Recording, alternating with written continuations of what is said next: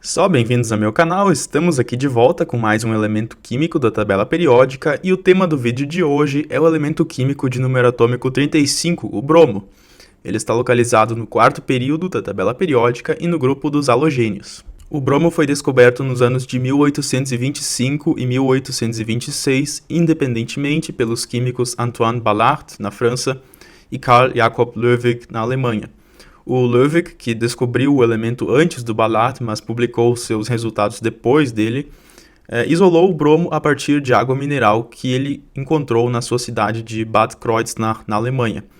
Já o Ballard utilizou como ponto de partida água do mar que ele coletou próximo a Montpellier, na França. Ele então removeu as impuridades daquela água e a tratou com cloro. E depois do tratamento com cloro, ele percebeu que aquela água havia tomado uma coloração amarelada, alaranjada, escura. Ele então fez a extração desse líquido com éter e com hidróxido de potássio e tratou o sal daí resultante, que era brometo de potássio, com ácido sulfúrico. E aí ele pôde ver aquela cor vermelho escura, aquela belíssima cor do bromo elementar. Estava feita aí a descoberta. Claro que depois ele teve que estudar aquela substância para provar que era um elemento, mas ali foi um momento decisivo. E o bromo foi nomeado a partir da palavra grega que significa fedor, devido ao seu cheiro pouco agradável. O bromo é um não-metal muito tóxico de cor vermelho escura que em temperatura ambiente é um líquido volátil. A sua densidade a 0 graus Celsius é de 3,19 gramas por centímetro cúbico, o seu ponto de fusão é de menos 7,2 graus Celsius e o seu ponto de ebulição é de 59,5 graus Celsius. Assim como os demais halogênios, o bromo é um elemento diatômico e o seu raio, que fica entre o raio do iodo e o raio do cloro, significa também que as propriedades do bromo são intermediárias entre as propriedades do cloro e as propriedades do iodo. As distâncias entre os átomos de bromo em Br2 são de 228 picômetros. Já no estado sólido, em que as unidades Br2 se agrupam em um sistema cristalino ortorrômbico, essas distâncias são de 330 picômetros. E em relação a outras unidades Br2, 379 picômetros. Se trata de uma estrutura em camadas que é a mesma estrutura do cloro sólido e do iodo. Como se esperaria, o bromo é um péssimo condutor da corrente elétrica, mas a cerca de 55 gigapascal ocorre a transição para um estado metálico, um estado que conduz bem a corrente elétrica, e a partir de 80 gigapascal o bromo abandona a sua forma molecular e os átomos de bromo passam a se arranjar em um sistema ortorrômbico de corpo centrado, que é a mesma coisa que acontece com o iodo a partir de 20 gigapascal. Quimicamente, o bromo é um dos elementos mais reativos, e a sua reatividade se encontra entre aquela do cloro e aquela do iodo. O bromo também é um elemento bastante eletronegativo, ou seja, ele forma uma variedade de brometos com metais, e com não metais o bromo também forma um monte de compostos que vão além da simplicidade dos brometos. Os seus principais estados de oxidação são o -1, o +1, o +3 e o +5. O composto mais simples do bromo é o brometo de hidrogênio, HBr. Esse gás incolor é preparado industrialmente através da reação direta entre o hidrogênio e o bromo a 300 graus Celsius com um catalisador de platina, mas no laboratório normalmente é reduzido o bromo com a ajuda do fósforo elementar e da água, dando origem a ácido fosfônico e HBr aquoso. Quando o HBr é dissolvido em água, se forma o ácido bromídrico, que é um ácido forte devido à dissociação entre o hidrogênio e o bromo, que é fácil, ocorre com facilidade, e por isso que é um ácido forte. O bromo também se combina com outros halogênios, dando origem à classe de compostos dos interhalogênios, em que nós temos as estequiometrias XY, XY3 e XY5. Exemplos, portanto, são o BrCl, o BrF3 e no caso da estequiometria XY5, o único exemplo no caso do bromo é o BrF5. Esses compostos são bem reativos e o seu poder de oxidação aumenta junto com o estado de oxidação do bromo, do átomo central, digamos. Então, quanto mais alto o estado de oxidação, maior o poder oxidativo. Os compostos da classe dos interhalogênios participam facilmente de reações de halogenação e também de reações de aceptor e doador. Por exemplo, reações com ácidos de Lewis. Então eu tenho aqui um exemplo: BrF3 mais SbF5 forma BrF2 mais SbF6-. Em relação às estruturas, os compostos XY são, é claro, lineares, os XY3 têm a forma de um T e o BrF5 tem uma estrutura que é aproximadamente quadrado-piramidal. Também existem, é claro, interhalogíneos que são brometos, mas isso eu creio que eu já mencionei no meu vídeo sobre o iodo. E no contexto dos interhalogíneos, o bromo também forma vários íons, como por exemplo o IBr2- e o Br3-, que são praticamente lineares, e o IBr2+, e o Br3+, que são espécies anguladas. Um cátion bem impressionante também é o Br5+, que tem uma estrutura bem bonitinha, centrosimétrica, que eu vou tentar achar uma imagem para colocar aqui. E, enfim, esses íons do bromo normalmente são mais uma curiosidade da química do bromo, porque eles se formam em condições um pouco mais extremas, então não são coisas que você vai encontrar com facilidade quando você está fazendo química com o bromo. É mais, como eu disse, uma curiosidade. E, por exemplo, para fazer o Br3+, não é tão fácil assim. Uma rota possível é você reagir o bromo elementar com o BrF3 e AsF5, dando origem, então, na Br3+, AsF5, SF6-. Nós vemos maiores distinções na química do bromo em relação à química dos demais halogíneos quando nós analisamos a química do bromo com o oxigênio. Enquanto que, por exemplo, o cloro tem vários compostos com oxigênio, vários óxidos diferentes, o bromo não tem tanta variedade assim.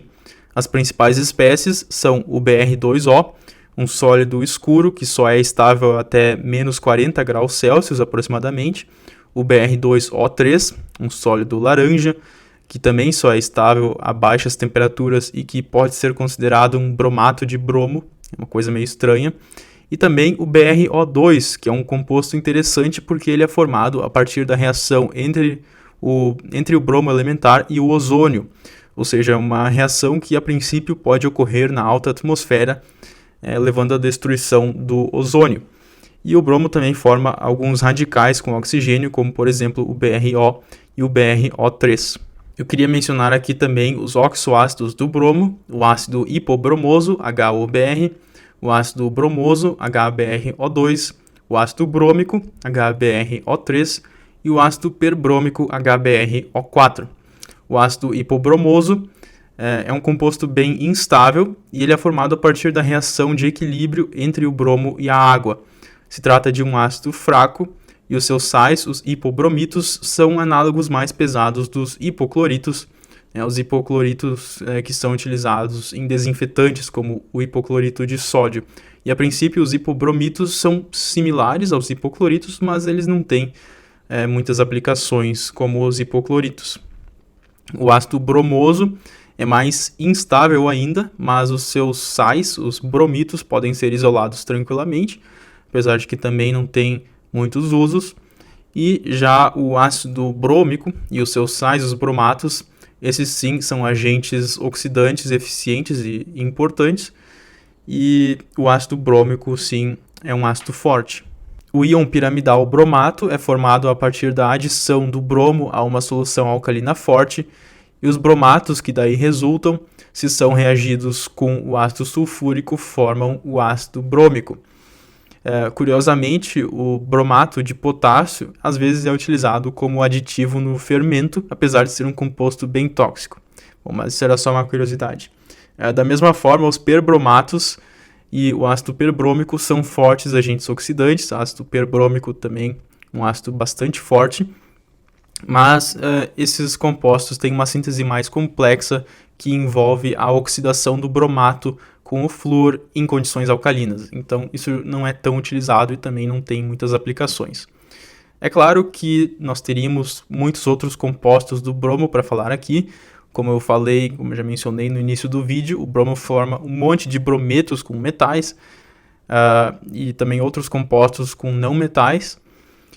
E, enfim, eu não vou falar disso tudo aqui hoje, mas se você está interessado, por exemplo, em saber sobre o brometo de prata, isso está lá no meu vídeo sobre a prata, ou se você quer saber sobre o super explosivo NBR3, isso está lá no meu vídeo sobre o nitrogênio, que eu ainda não fiz, mas eu vou fazer um dia no futuro.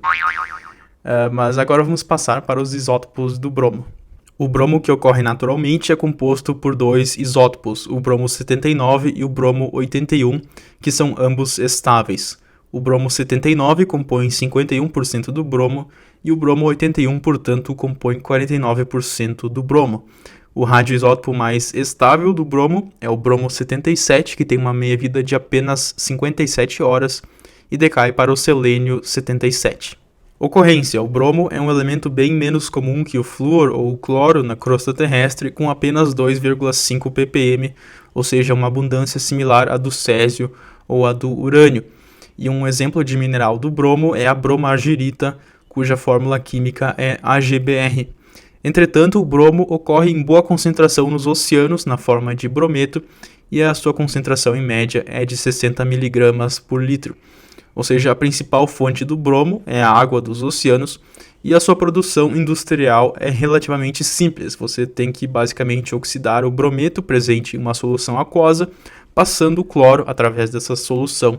Então, o cloro vai se tornar o cloreto e o brometo vai se tornar o bromo Br2, que você depois purifica e aí ele está pronto para ser comercializado. E por fim, as aplicações do bromo. O bromo teve várias aplicações importantes no passado, aplicações que foram decaindo, mas enquanto isso foram surgindo novas aplicações do bromo. Em resumo, é um elemento que está sempre sendo utilizado.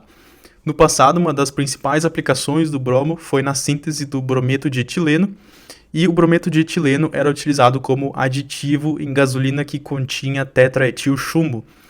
E a função do brometo de etileno era capturar as partículas de chumbo geradas na combustão dessa gasolina. Mas como a gasolina que contém tetraetilchumbo foi meio que banida na maioria dos países, assim também foi detonada a aplicação do brometo de etileno, também um uso que declinou muito. Outra aplicação muito significativa do bromo no passado foi na forma de bromometano, que era utilizado como pesticida. Mas isso aí foi também muito reduzido, uma aplicação que declinou muito depois do protocolo de Montreal, particularmente, que era aquele protocolo que protegia a camada de ozônio, porque o bromometano na atmosfera produz radicais de bromo que atacam o ozônio, acelerando a destruição da camada de ozônio, ou pelo menos foi isso que o pessoal argumentou lá no protocolo de Montreal. Atualmente, um uso bem comum de compostos do bromo, como por exemplo o DECA-BDE, é como retardante de chamas, por exemplo em plásticos ou em produtos eletrônicos, e muitos compostos do bromo encontram uso na química orgânica e na indústria farmacêutica, como por exemplo o brometo de potássio, que no passado foi muito utilizado como medicamento para tratar epilepsia, e também atualmente o brotizolam, que é um sedativo, ou a nisergolina, que é um medicamento utilizado para tratar vários problemas que têm origem vascular. Também alguns compostos do bromo são utilizados como pigmentos ou em indicadores de acidez, que é o caso do azul de bromotimol, além, é claro, da presença do bromo em vários compostos inorgânicos importantes, como o brometo de prata. Se você quer saber mais sobre esse composto, assista meu vídeo sobre a prata. Mas por hoje nós ficamos por aqui. Essas seriam as principais aplicações do bromo. Se você assistiu até aqui é porque você gostou do vídeo, então inscreva-se no canal. Muito obrigado, comente, deixe seu joinha. E até a próxima, nos vemos no selênio. Tchau!